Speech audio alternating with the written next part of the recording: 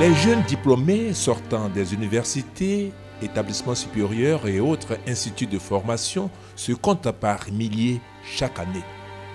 L'insertion professionnelle est donc un défi pour les pays de l'Afrique de l'Ouest et de l'Afrique centrale. En avril 2025, la BCEAO a indiqué un taux de chômage de 11,6% sur le marché du travail urbain pour l'ensemble des pays de l'Union économique monétaire ouest africaine, UEMOA. L'engagement de l'ONG Réseau international des entrepreneurs d'ici et là-bas réel dans la formation en entrepreneuriat pour une insertion socio-professionnelle des jeunes en quête d'emploi obéit au souci de résoudre la question de l'emploi dans nos pays. Son président, Noël Tho, soutient que le chômage, le manque d'emploi, l'insécurité et les crises socio-politiques sont les causes de l'immigration irrégulière.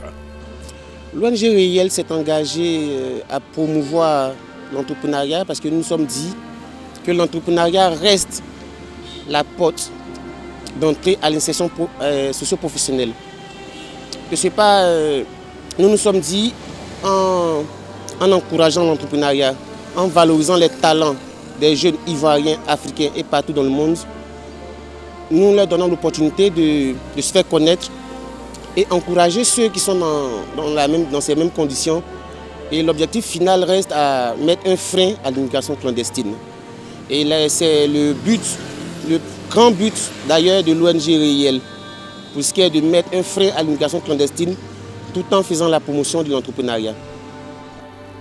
Nous avons demandé à plusieurs personnes rencontrées à l'ouest de la Côte d'Ivoire et aussi à Abidjan ce qu'elles pensent de l'immigration irrégulière. Voici leur réponse. Moi, c'est Miss Inès Maria Bagnon. Je suis secrétaire de direction à la justice de Guiglo. J'ai entendu parler de l'immigration clandestine. À mon humble avis, je pense que cela n'est pas bien. Je pense que c'est pas bon d'immigrer clandestinement parce qu'il y a beaucoup de retombées. Il y a des gens qui se noient, des gens qui meurent dans le désert, tout ça. Donc ça fait vraiment peur. Souvent quand tu meurs là-bas, on ne sait pas comment on va trouver ton corps.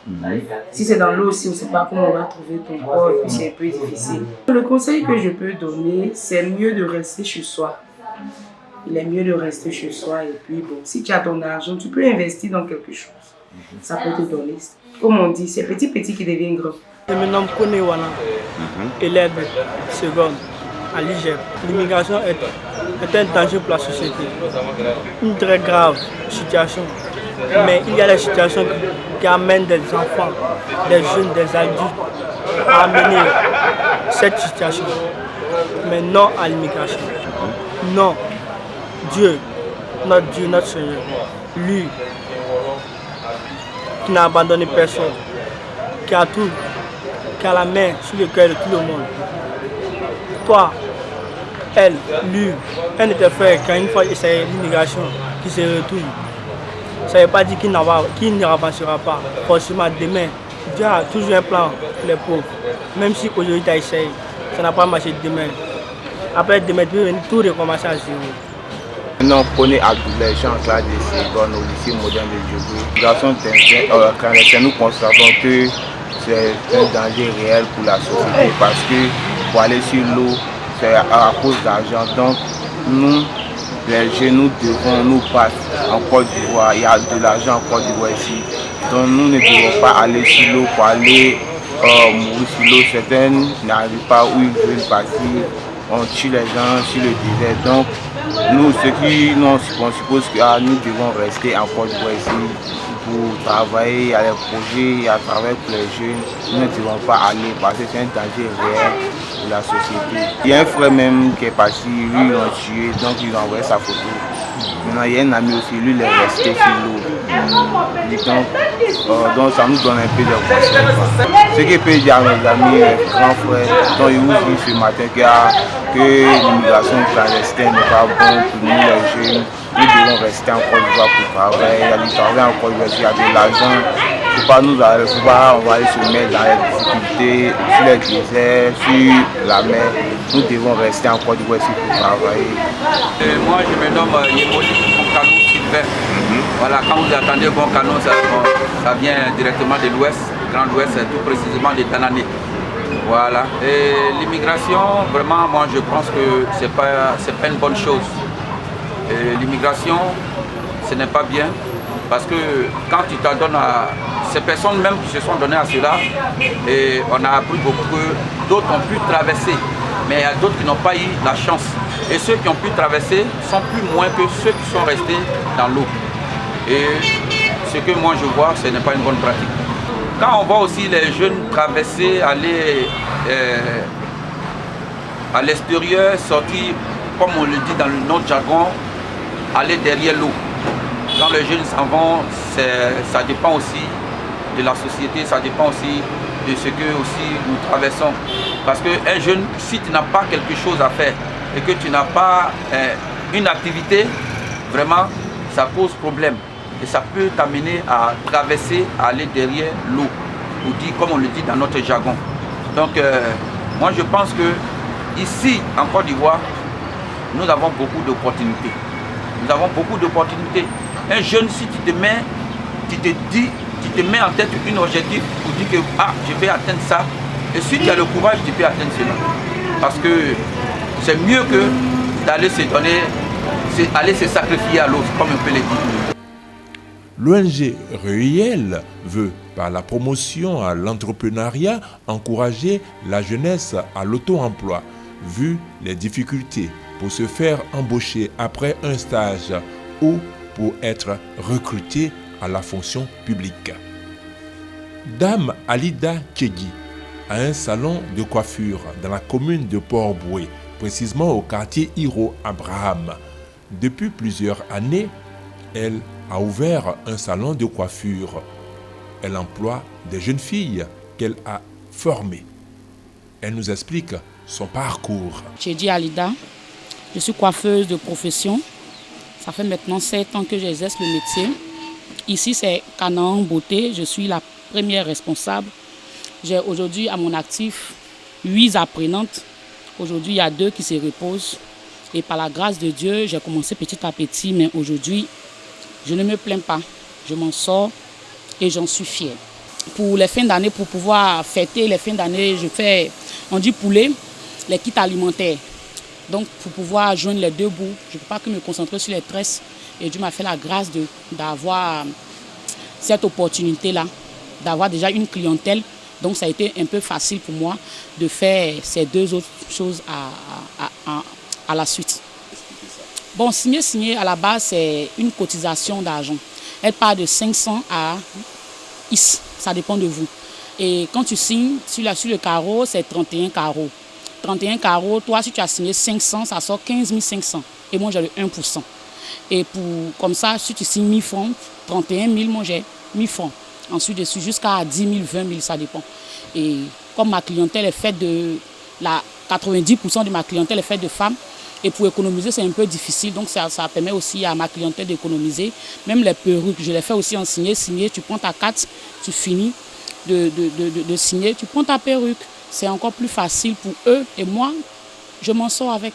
Je pense qu'il n'y a pas d'autre manière de vivre bien que d'entreprendre. Si aujourd'hui, moi je n'ai pas de niveau, j'ai que le niveau CE2. Et si aujourd'hui Dieu m'a fait la grâce d'avoir un métier, pourquoi ne pas profiter de cela? Et cela me va bien. J'arrive à scolariser mes enfants, j'arrive à employer, à avoir des apprenantes qui, elles, demain seront aussi des patronnes dans leur coiffure. Et cela, c'est une fierté pour moi. Bon, ce que je peux dire à mes soeurs, à mes frères, ce que je peux leur dire, c'est que moi, j'ai appris ce métier-là. Je n'ai pas appris en profondeur. Le peu que j'avais déjà en main, j'ai continué d'exercer et aujourd'hui, ça paye. Ce que je peux leur dire, c'est que même si tu n'as pas un métier, N'aie pas peur d'entreprendre, n'aie pas peur de commencer. Le début n'est pas facile. Ça, je vous le dis. Le début est très difficile. Moi, j'ai commencé avec 20 000 francs, qui m'a été prêté même. Et avec résilience, j'avais déjà un objectif à atteindre. Et là, ce n'est que le début. Donc, avec ça, quand tu sais que tu as quelque chose à atteindre, ne laisse rien t'ébranler au fait. Tu vas avoir des obstacles, tu vas avoir des embûches, mais que cela ne t'empêche pas. Et mets toujours Dieu au centre de ce que tu fais et ça va payer. C'est ce que je peux leur dire. De tenir ferme, ça va payer. Ingénieur électrotechnicien, Ange Fréjus n'a jamais été tenté par l'aventure. Son ambition, faire les affaires. Pour cela, il a commencé par la vente de matériel et accessoires de communication ainsi que de téléphone. Ziani Ange Fréjus. Donc, le conseil peut donner aux jeunes, c'est de se chercher, de ne pas s'adonner à la facilité. Voilà, au lieu d'aller prendre la mer, tu peux exercer une petite activité, un peu économiser. Tu peux t'en sortir ici, toi-même dans ton pays, ici. Tu n'as pas besoin d'aller en Europe là-bas. Donc, c'est un mauvais chemin en tout cas, c'est un mauvais chemin. Je n'encourage pas les jeunes à s'adonner à ça même, c'est un mauvais chemin. Voilà. C'est mieux d'exercer un petit métier, même si tu vends tes lotus, mais ici, je suis un petit à petit là. Forcément, Dieu va te mettre en contact avec quelqu'un qui pourra t'aider demain. Les jeunes conscients que l'auto-emploi demeure une réponse au chômage sont des modèles. Dans la commune de Benjerville où elle réside, Miss Dorine Vanessa Asikei a fait de son studio un atelier de fabrication d'objets de décoration, de bijoux et aussi un salon de coiffure. Formée dans la décoration et le revêtement mural, cette ancienne aide-soignante est revenue à sa passion, la création et l'esthétique sous toutes ses formes.